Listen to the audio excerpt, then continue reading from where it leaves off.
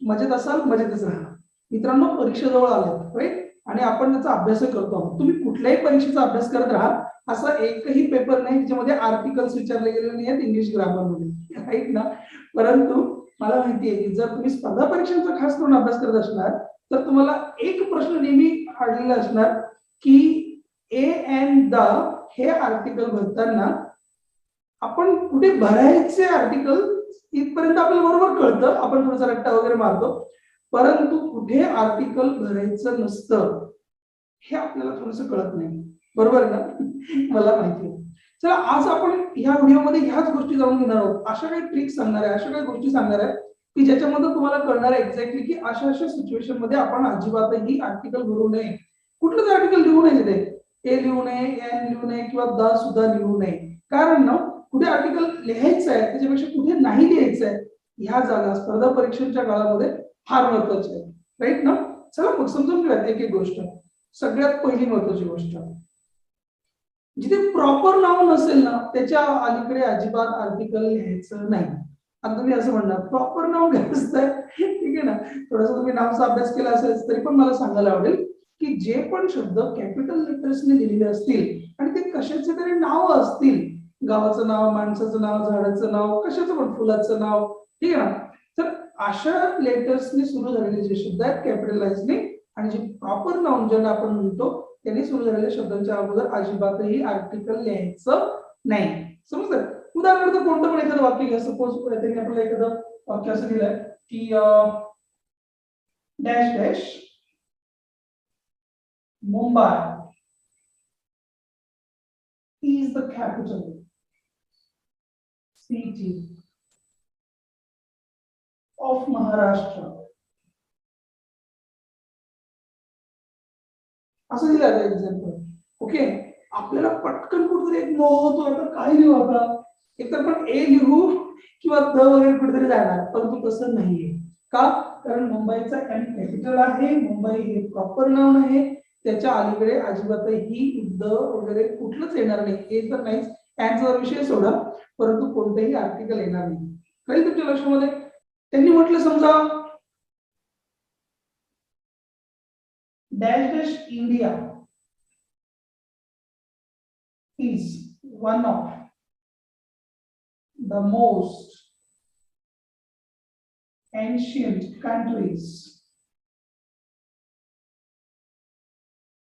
in the world. काही पण आता इंडियाचा आय कॅपिटल आहे ना, म्हणजे हे प्रॉपर नाउन आहे ना, तो प्रॉपर नाउनच्या अगोदर कोणतेही आर्टिकल वापरायचं नाही.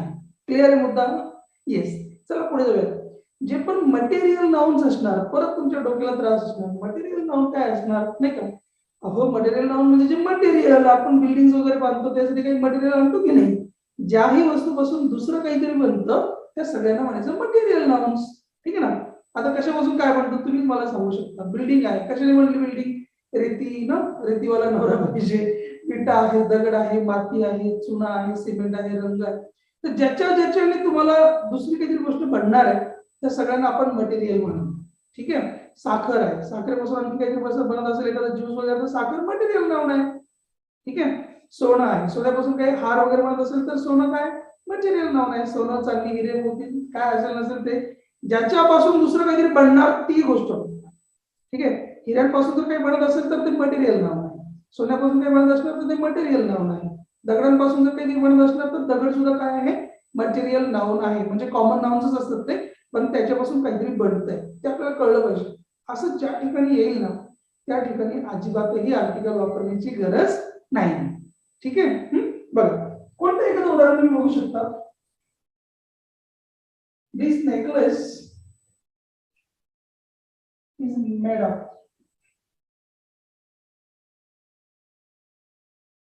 Of dash dash gold. असं एखादं कोणतं पण उदाहरण दिलं समजा, आपल्या हिशोबाने आहे, गोल्डच्या ठिकाणी तुम्ही दुसरं काहीतरी घेऊ शकता. आणखी तुम्हाला तुमच्या मिसेसला कोणत्या प्रकारचा नेकलेस द्यायला आवडेल त्याच्यावर डिपेंड आहे ते. तर गोल्ड आहे आता वापरलेलं. गोल्ड काय आहे? मटेरियल नाउन आहे की नाही. तर मटेरियल नाउनच्या अगोदर आर्टिकल वापरायचं नाही. क्लिअर आहे? पेपर, पेपर पासून आपण एखादं पुस्तक बनवतो तर पेपर पण मटेरियल नाउन आहे. गेटिंग दिस? जास्त काही सांगण्याची गरज नाही, तुमचा अभ्यास क्लिअर आहे. मी फक्त तुम्हाला एक दिशा देतो आहे की अशा अशा ठिकाणी तुम्ही वापरू नका, म्हणजे तुमचं नुकसान होणार नाही.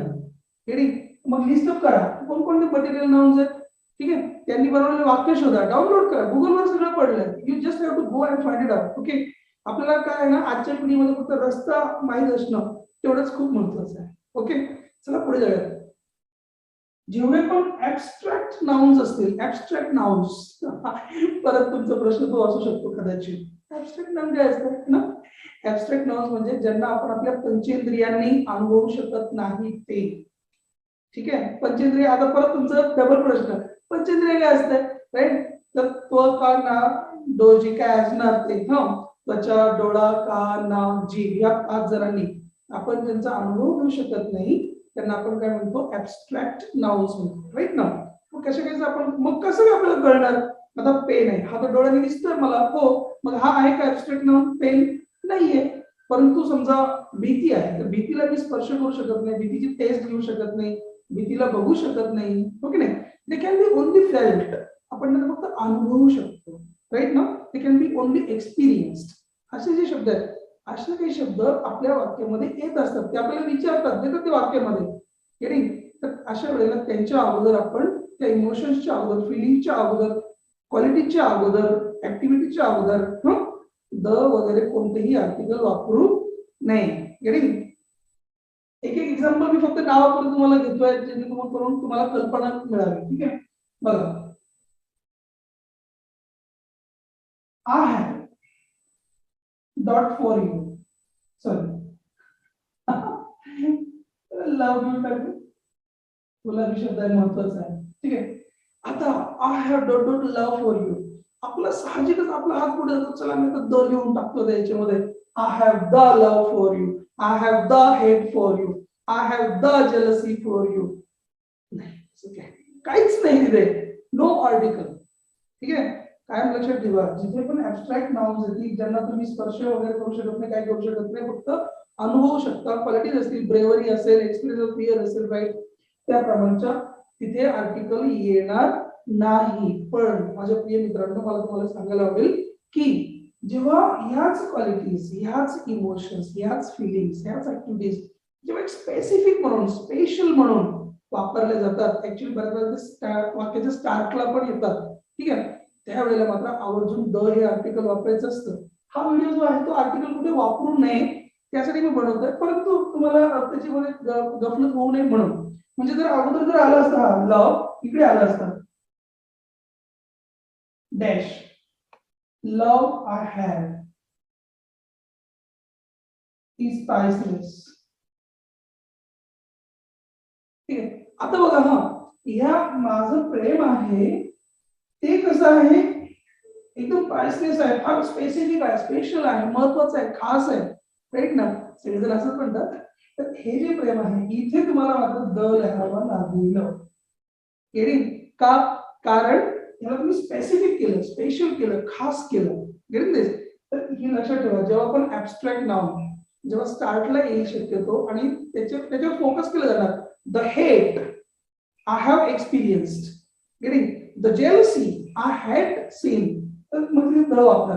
पण जर मध्ये आला इकडे he has love, he has jealousy, he has hate वगैरे वगैरे जेवढा पण फिलिंग्स येतील, तर he has shown great bravery, तर तिथे मध्ये डॅश असणं, त्याच्यामध्ये अजिबातही आर्टिकल वापरायचं नाही. मित्रांनो, जो शब्द त्याच्या वाईडेस्ट सेन्सने, म्हणजे त्याच्या सगळ्यात मोठ्या अर्थाने वापरला जाईल, जसं की तो सार्वकालीन आहे, सगळ्यांसाठी आहे, जगासाठी, पूर्ण देशासाठी, अशा मोठ्या अर्थाने जो शब्द वापरला जाईल, तो शब्द आपल्याला कॉमन नाउन असला तरी पण त्या ठिकाणी आपण बऱ्याच वेळेला द टाकतो, कारण आपण शिकलेलो असतो कुठेतरी कॉमन नाउनच्या अगोदर द टाकून द्या. ठीक आहे, मॅन असला द मॅन, टायगर असला द टायगर, राईट ना, स्टोन असला द स्टोन, आपण टाकून देतो तिथे. परंतु काय लक्षात ठेवा, जेव्हा एखादा शब्द त्याच्या मोठ्या अर्थाने वापरला जाईल त्यावेळेला त्याचा सेन्स लक्षात घ्या की हे किती मोठ्या अर्थाने हे वाक्य वापरलंय, अशा वेळेला तिथे अजिबातही आर्टिकल नाही वापरलं पाहिजे. ठीक आहे, आपण म्हणतो हे एकदम इझिली की it is the tiger, right, it is the tiger in the jungle, whatever it is, the आपण सहज टाकून दिला. परंतु जेव्हा आपल्याला असं म्हणायचं असेल की वाघ हा राष्ट्रीय प्राणी आहे वगैरे काय आणखी ना, तर मग द टायगर म्हणायला पाहिजे. गेटिंग दिस, आपण समजा एक वाक्य इथे बघू, आपण कोणतं पण एक वाक्य दिलंय, डॅश ओके. आता suppose man is immortal. Immortal म्हणजे मॉर्टल आणि इमॉर्टल. मॉर्टल म्हणजे मर्त्य, जो मरणारच आहे एक दिवस, आणि इमॉर्टल म्हणजे अमर्त्य, जो काय मरत नसतो. आता बघा, प्रत्येक माणूस मरतच असतो, परंतु मानव जात शक्यतो मरत नाही, ती कंटिन्यू होत राहते. कोणतरी जन्माला येत राहतं, कोणतरी मरत राहतं. ठीक आहे. आता लक्षात घ्या, इथे मॅन इथे वापरलं ऍक्च्युली, परंतु त्याच्या अलीकडे काय दिलंय, डॅश दिलंय. राईट. आपल्याला साहजिकच असं वाटू शकतं की इथे पण द येईल, परंतु तसं नाही. हा मॅन इज इमॉर्टल हे पुन्हा पूर्ण संपूर्ण मानवजातीसाठी वापरलं. ओके नाही. मग ज्या वेळेला एखादा शब्द त्याच्या वायडेस्ट सेन्सने वापरला जातो, तेव्हा तिथे अजिबात द वगैरे कोणतंही आर्टिकल वापरू नये. म्हणून इथे नो आर्टिकल येणार. बघा, dash. Science is the subject of facts, असं कोणतं पण एखादं वाक्य आहे. आपण सहज तिथे द लिहून टाकतो, द सायन्स, परंतु तसं नाही. हे काय सायन्स फक्त एक तुमच्या वर्गापुरतं नाही म्हटलेलं आहे. सायन्स हे पूर्ण जगामधल्या सायन्स बद्दल बोललं जात आहे. मग अशा वेळेला इथे कोणतेही आर्टिकल वापरलं जाणार नाही. समजतंय? कोणतं पण असेल, प्राण्यासाठी जरी असलं, म्हणजे आपण टायगरचं बघितलं, पिकॉकचं बघितलं, तिथे पण जेव्हा पण त्याला कुठल्या तरी स्पेसिफिकेशन दिलं जाईल, त्याला थोडंसं महत्व दिलं जाईल, त्याला सगळ्याच बाजूने त्याला इम्पॉर्टन्स दिली जाईल, त्यावेळेला तुम्ही त्याला काहीही आर्टिकल लिहू नका. आता हा नॅशनल अॅनिमल करून टाकला सपोज आपण 2 मिनिटांसाठी. Tiger is the national animal. Okay. मग इथे कोणतं आर्टिकल, कोणतंच नाही.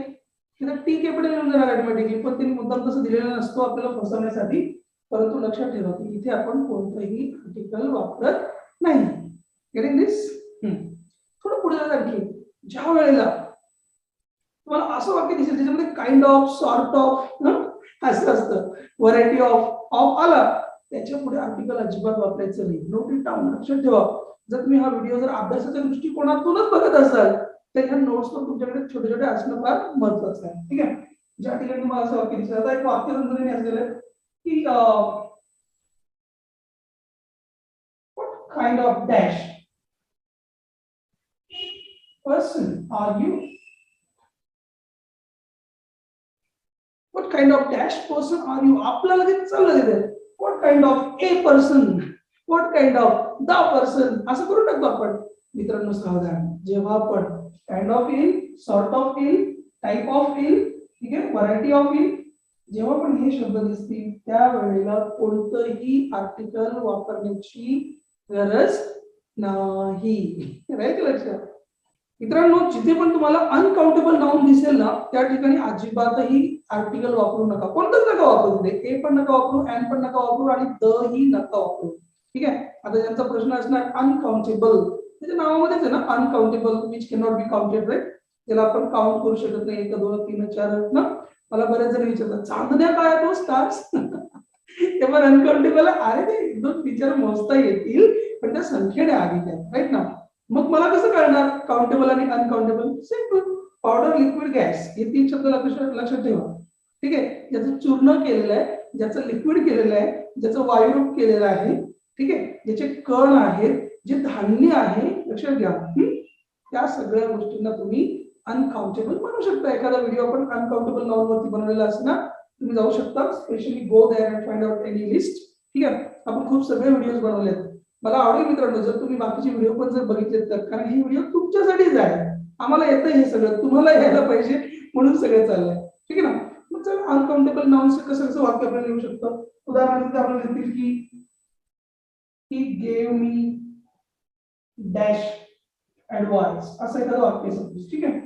तुम्हाला माहिती आहे का, या सी च्या जागेवर जर एस केलं तर हे ऍडवाइस जे आहे ते वर्ब बनतं, आणि सी असताना ते काय असतं, नाउन असतं. हे पण लक्षात ठेवा. आता ही गेम आहे ऍडवाइस. ऍडवाइस काय, एक ऍडवाइस, 2 ऍडवाइस असं नसतं. ठीक आहे. ते इन्फॉर्मेशनचे पीसेस असतात. पीसेस ऑफ ऍडवाइस ते वेगळे, आणि हा एक ऍडवाइस सलग असतो. राईट. टेन्शन पेन्शन ह्या गोष्टी की ज्या आहेत त्या अनकाउंटेबल असतात. Advice, tension, suggestion. ठीक आहे ना. लक्षात ठेवा. इथे काही द वापरण्याची गरज नाहीये. ठीक आहे. किंवा त्याने आणखी अनकाउंटेबल दिलं असेल, he help me by giving me petrol. आता पेट्रोल घेऊन टाकलं तुम्हाला. चला एखाद्या काय माझ्या गाडीमध्ये पेट्रोलच नाही हो, खूप जास्त किंमत व्हायला लागली आहे, 100 रुपयाचं टाकलं होतं संपून गेलं एका राऊंडला. तर मग इथे द पेट्रोल नका लिहू, द डिझेल नका लिहू, जे पण असणार साखर शुगर वगैरे जे काही असणार ना, oxygen please give us dash oxygen, तर म्हणलं की dash the oxygen and oxygen टाकण्याची काही गरज नाहीये. का? Because they are uncountable numbers. मला वाटतं मुद्दा तुमच्या लक्षात आला असणार, राईट ना? ओके, चला पुढे जाऊया. फार महत्वाची गोष्ट आहे. आपण बघतो समाजामध्ये की भरपूर सगळ्या वास्तू बनवून ठेवल्यात. There are so many places no constructed in the society for the welfare of the people, just they get the satisfaction there.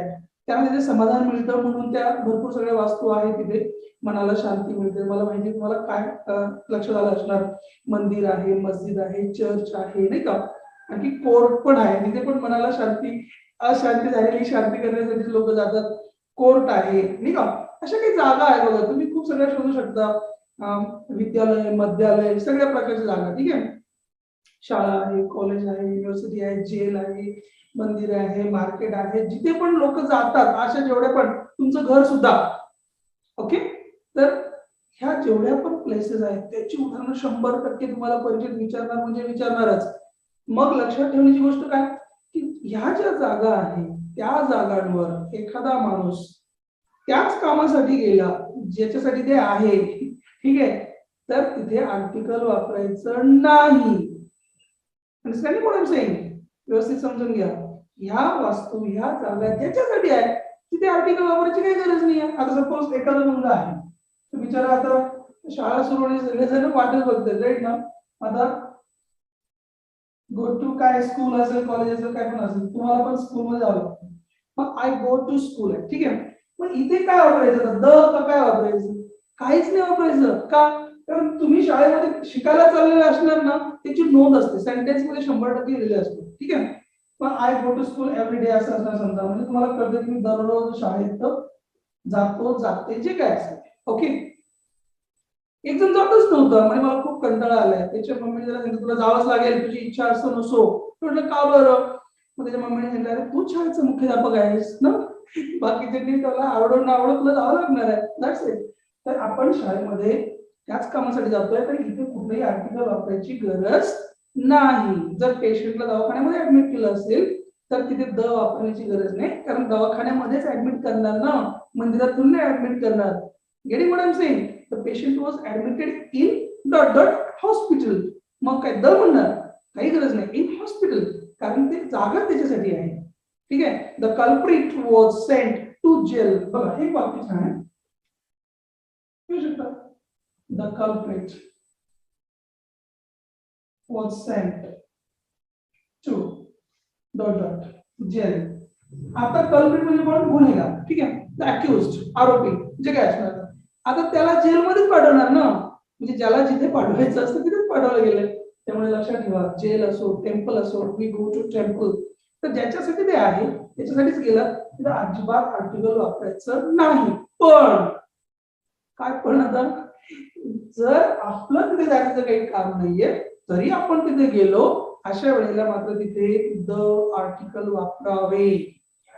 म्हणजे कसं, तुम्ही काही कल्प्रिट नाही आहात, ठीक आहे, तुम्ही काही दोषी नाही आहात, तर तरी तुम्ही जेलमध्ये गेले. आणि तुम्ही असं म्हणू शकता हो सर मी जर नाहीये तर मी कशाला जेलमध्ये जाऊ शकता. तुम्ही तुमच्या एखाद्या रिलेटिव्ह म्हणण्यापेक्षा मित्राला, ठीक आहे, त्याला जेलमधून बाहेर काढण्यासाठी जाऊ शकता, त्याला एक चिठ्ठी घेऊन जाऊ शकता, त्याला मोबाईल देण्यासाठी जाऊ शकता, टिफिन देण्यासाठी जाऊ शकता, कशालाही जाऊ शकता. म्हणजे आपण गुन्हेगार नाहीये तरी आपण जेलमध्ये गेलोय, त्यावेळेला आपण द आर्टिकल वापरावं, लक्षात घ्या, ठीक आहे. आपण चोर नाहीये, आपण पोलीस नाहीये, तरी आपण पोलीस स्टेशनला I went to the police station, तिथे द म्हणायला पाहिजे. जर पोलीस गेला पोलीस स्टेशन मध्ये, चोर गेला पोलीस स्टेशन मध्ये, तिथे नाही वापरायला पाहिजे. पण तुम्ही कशाला चालले पोलीस स्टेशनला, तुमचं काम नाही येते, मग द म्हणायचं. The mob arrived at the college. का? मॉबचं तिथे काही काम नाही, जमावाचं कॉलेजला काय, विद्यार्थी गेला तर मग ठीक आहे, the students go to college, but the mob is going to the college. मुद्दा तुमच्या जरा लक्ष येत असेल, येतोय ना? नसेल तर मला तुम्ही तसं कमेंट बॉक्स मध्ये लिहा. आणि हा, जर तुम्हाला मी काय सांगतोय हे पण जर कळत असेल तर मित्रांनो प्लीज कमेंट बॉक्स मध्ये नक्की लिहा की yes yes we are getting this, किंवा आणखी काही वेगळ्या प्रकारे सांगायचं असेल तर ते पण तुम्ही सांगू शकता. ठीक आहे. जर एखादं आजाराचं नाव असलं त्याच्या अगोदर अजिबातही आर्टिकल वापरू नका मित्रांनो. ठीक आहे. कॅन्सर सारखा, एड्स सारखा, कुठलं पण एखादा टीबी आहे, ट्युबरक्युलोसिस, कोणत्याही आजाराचं वाक्य मुद्दाम टाकतील ते आपल्याला. त्यांना असं वाटतं की तुम्ही घाबरावं, but there is nothing to be feared about. Okay. आता कॅन्सर समजा. ठीक आहे. तुम्हाला माहिती आहे अगोदर जुन्या काळामध्ये कॅन्सर म्हटलं तर लोक कॅन्सरच समजायचे, म्हणजे लोकांना असं वाटायचं याला कॅन्सर झालं म्हणजे मरणारच, परंतु तसं नाही. ठीक आहे. Cancer can be treated if detected in early stage. जर एकदम अर्ली स्टेज मध्ये जर कॅन्सर सापडलं तर त्याचं निदान होऊ शकतं. ओके. मग आता इथे दिलं डॅश डॅश, मग आपल्याला लगेच आपल्याला प्रश्न पडणार, ए कॅन्सर लिहू का, द कॅन्सर लिहू, काहीच नको लिहू, ब्लँक ठेव जागा, तिथे तुला 1 मार्क मिळणार आहे. Null, no any article is used here. समजतंय? कोणताही आजार असो, ते मुद्दाम तुम्हाला आजाराचं उदाहरण टाकणार म्हणजे टाकणार, तुम्ही फक्त लक्ष द्यायचं, अच्छा आजार दिसतोय, राजसरांनी सांगितलं होतं आजार असल्यावर अजिबातही आर्टिकल लिहायचं नाही. ठीक आहे ना. तर अशा वेळेला आपण आर्टिकल नाही वापरायचं. राहील लक्षात? अजून काही तुमच्या आजारांची नावं सांगू नको, आधीच आपण कोविडने परेशान आहोत, आपल्याला बाहेर निघायचं याच्यातनं, नाही का मित्रांनो. जेव्हा पण आपण आपलं रेग्युलर जेवण करतो ना, जेवण आपण 3 वेळेचं जे काही करतो, लंच असेल, ब्रेकफास्ट असेल, डिनर असेल, तुम्हाला माहिती रात्री 9च्या नंतर पण काही लोक जेवतात, त्याला काय म्हणतात नाही माहिती, शोधून ठेवा. तेवढं थोडंसं होमवर्क तर असलं पाहिजे ना, राईट ना. ओके. Let me there. जेव्हा पण तुमचं रेग्युलर जेवण असणार, कोणतं पण खाणं जेव्हा असेल, त्याच्या अगोदर तुम्हाला कोणतंही आर्टिकल वापरण्याची गरज नाही. ठीक आहे. आणि ते मुद्दाम आपल्याला असं एखादं वाक्य टाकतच नाही. बघा, सपोज एखादं असं वाक्य टाकलं, I have dash dash breakfast early in the morning. चला काय मॉर्निंगला सुद्धा परत कामाला येतात. ठीक आहे. माझं हे दररोजचं जेवण ब्रेकफास्ट. तुम्हाला माहिती ब्रेकफास्टला ब्रेकफास्टच का म्हणतात, आणि सेकंड होमवर्क घेऊन टाकू शकता. ठीक आहे. तर इथे ब्रेकफास्ट हॅव म्हणजेच घेणे बरं का. तुम्ही जर जे कोणी चांगला अभ्यास करत असेल ग्रॅमॅटिकल, त्यांनी लक्षात घ्या, हॅव सारखं वर्बच नाहीये इंग्लिश मध्ये, त्याची खूप सगळे मिनिंग्स होतात. त्यामुळे आपल्याला बऱ्याच वेळेला कन्फ्युज होतं जेव्हा आपण कुठे वाचतो ना, I have had, I had had, असं डबल डबल हॅड आलं की आपलं कन्फ्युज होऊन जातं हे. कारण हॅवचा एक अर्थ घेणे असा पण होतो. ठीक आहे. खाणे असा पण होतो, सहन करणे, एक्सपिरियन्स करणे, खूप सगळ्या गोष्टी आहेत त्याच्यामध्ये हॅवमध्ये. लेट दॅट बी.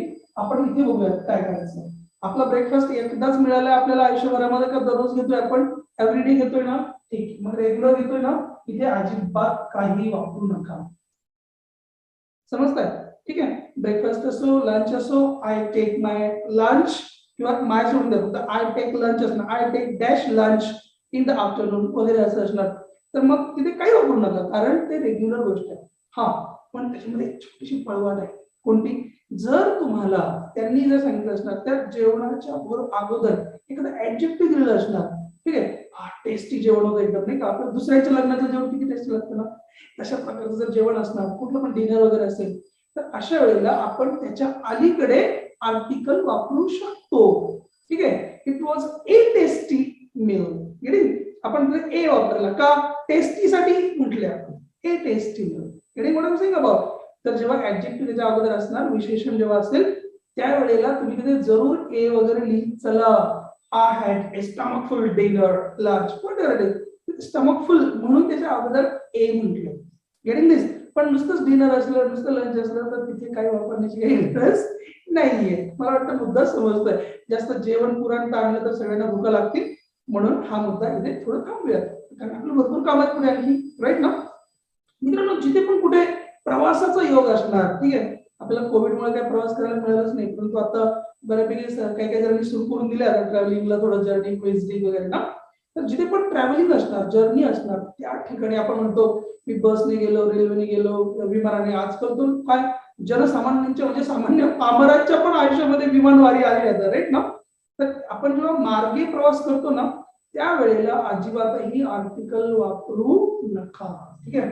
जसं की उदाहरण ते वाक्य समजा, I went by dash bus to Nashik. Okay, सगळ्यांचं स्वागत आहे नाशिकला. नक्की मला भेटायला याल जेव्हा पण याल तेव्हा. हा, आणि मला तुम्हाला या निमित्ताने आणखी एक गोष्ट पण सांगायला आवडेल. मित्रांनो, आपले रेग्युलर ग्रॅमॅटिकलच्या ऑनलाईन बॅचेस चालू असतात, जे झूमवर असतात. तुम्ही तुमच्या घरात बसल्या बसल्या on the click of the mobile phone, right, जर तुमच्या मोबाईलमध्ये झूम ऍप चालत असेल तर हो सर काय वाटतं, तर माझ्याकडे एकदम भारीतला फोन आहे, वापरा त्याला. तुम्ही घरात बसल्या बसल्या ग्रॅमॅटिकल बॅचेस जॉईन करू शकता.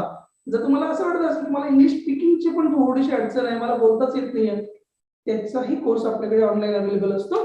तुम्ही त्याची पण चौकशी करू शकता. डिस्क्रिप्शन बॉक्स मध्ये तिथे नंबर दिलेले आहे. Okay, you may touch. चला इकडे या. जेव्हा आपण कशाने तरी मार्गे म्हणतो ना, आपण मार्गे हळूहळू चाला मुखाने ना, जनार्दन बोला. चला मग इकडे मार्गे मध्ये अजिबात कोणतंही आर्टिकल वापरायचं नाही. गेटिंग? समजून घ्या. मार्गे सर काय होईल जर मी तिथे द वापरतो तर काय होऊन जाईल? हा, खूप सुंदर आहे, खूप सुंदर शंका आहे.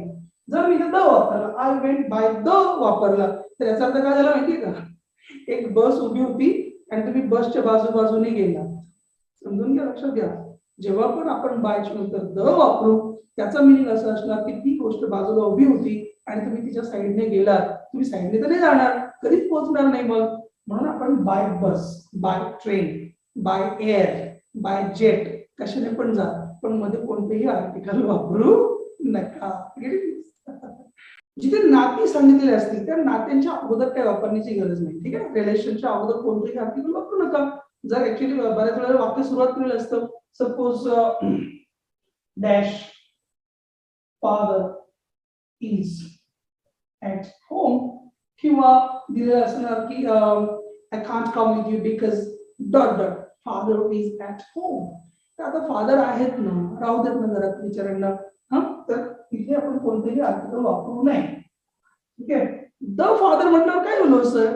ठीक आहे, द फादर म्हटलं तुमचे फादर नाही, दुसरे कोणाचे पण फादर होऊन जातील. ते आपल्या पप्पांना आपलेच पप्पा राहू देऊ. त्यामुळे आपण इथे कोणतंही आर्टिकल वापरायचं नाही. Getting? Uncle is coming to see us. Uncle is coming ना, येऊ द्या ना बिचारे अंकल ना, कधी कोविड नंतर येत आहेत तर तिथे पण कोणतंही आर्टिकल वापरायचं नाही. Not using any of the articles before the relations.